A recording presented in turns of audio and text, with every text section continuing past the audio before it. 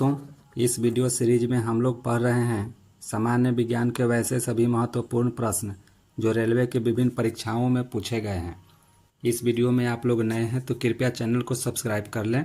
Playlist में जाकर विज्ञान के और भी कई प्रश्नों के वीडियो हैं, उन्हें भी देखें। वीडियो अच्छा लगे तो लाइक करें, चैनल को सब्सक्राइब जरूर करें। आज का पहला प्रश्न है, कैपिटल जी की इकाई है।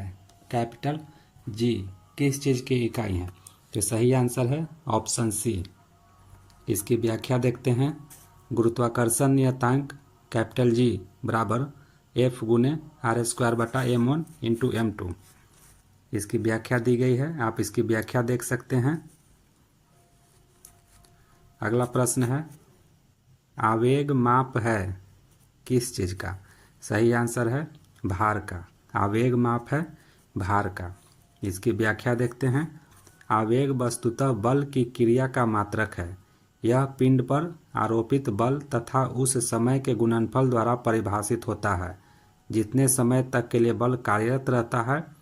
आवेग बराबर बल गुने समय अंतराल। अगला प्रश्न है, बल का मात्रक है। सही answer option B, kilogram metre प्रति सेकंड स्क्वायर। इसकी व्याख्या देखते हैं। बल का मात्रक किलोग्राम मीटर प्रति सेकंड स्क्वायर होता है। बल बराबर द्रव्यमान गुने त्वरण। अगला प्रश्न है, 1 माइक्रोन बराबर होता है। सही आंसर ऑप्शन डी, 0.001 मिलीमीटर। इसकी व्याख्या दी गई है। 1 माइक्रोन बराबर 10⁻⁻6 मीटर होता है।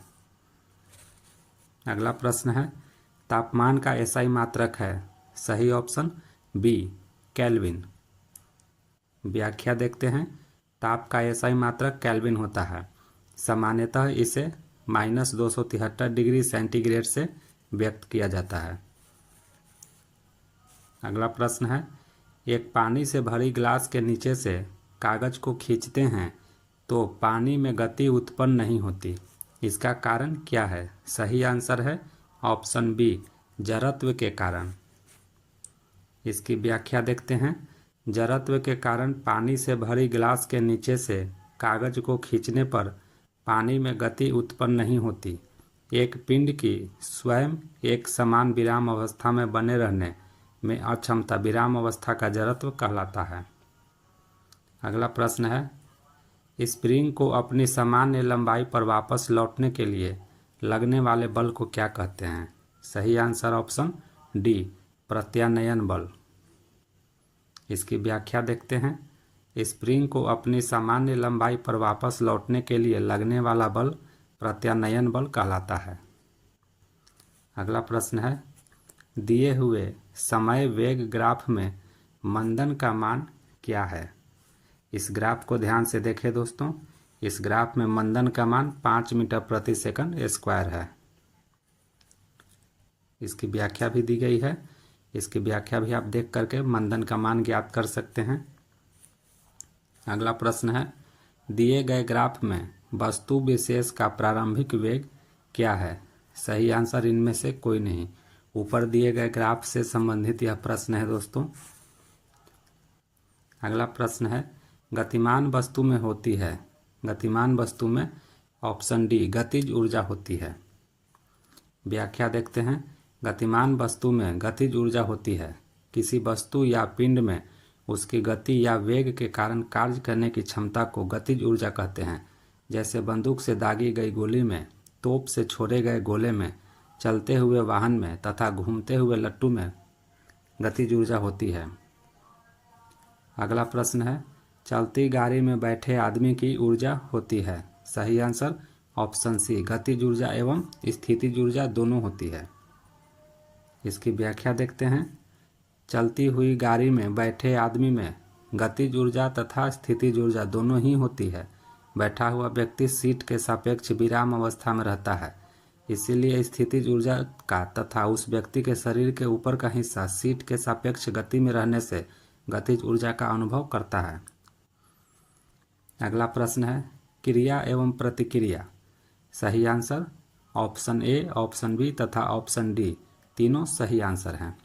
क्रिया एवं प्रतिक्रिया दो भिन्न विषयों पर कार्य करते हैं, समान परिमाण रखते हैं, विरुद्ध दिशाएं रखते हैं।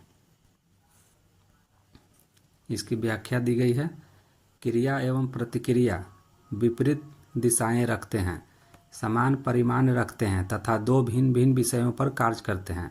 क्योंकि वे एक ही वस्तु पर क्रिया करते हैं तो परिणामी बल शून्य होगा, अतः सभी विकल्प सही हैं। अगला प्रश्न है, जब किसी गतिमान पिंड को गति दोगुनी हो तब लगने वाला समय होगा यदि दूरी अपरिवर्तित रहे। सही आंसर ऑप्शन बी, आधा हो जाएगी। इसकी व्याख्या दी गई है, गति बढ़ाने से नियत दूरी रहने पर लगने वाला समय आधा हो जाता है। चाल बराबर दूरी बटा समय, अर्थात चाल समानुपाती 1 बटा समय, चाल के समय व्युत्क्रमानुपाती होता है। अगला प्रश्न है, विभवांतर मापने के लिए प्रयुक्त युक्ति को जाना जाता है। सही आंसर वोल्ट मापी से। इसकी व्याख्या देखते हैं, वोल्ट मापी द्वारा विभवांतर मापा जाता है।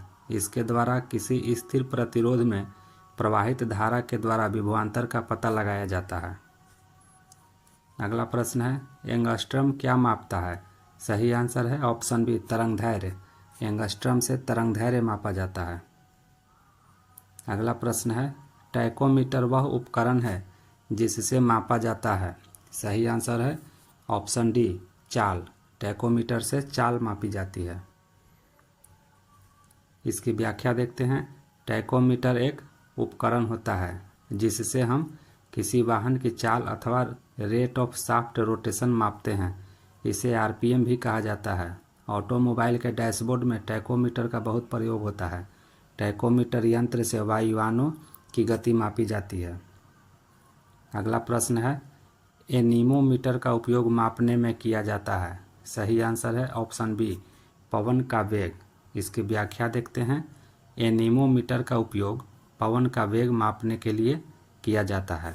तो ये था हमारा आज का महत्वपूर्ण प्रश्न जो रेलवे की विभिन्न परीक्षाओं में पूछे गए हैं। कृपया चैनल को ज़रूर से ज़रूर सब्सक्राइब कर लें। धन्यवाद।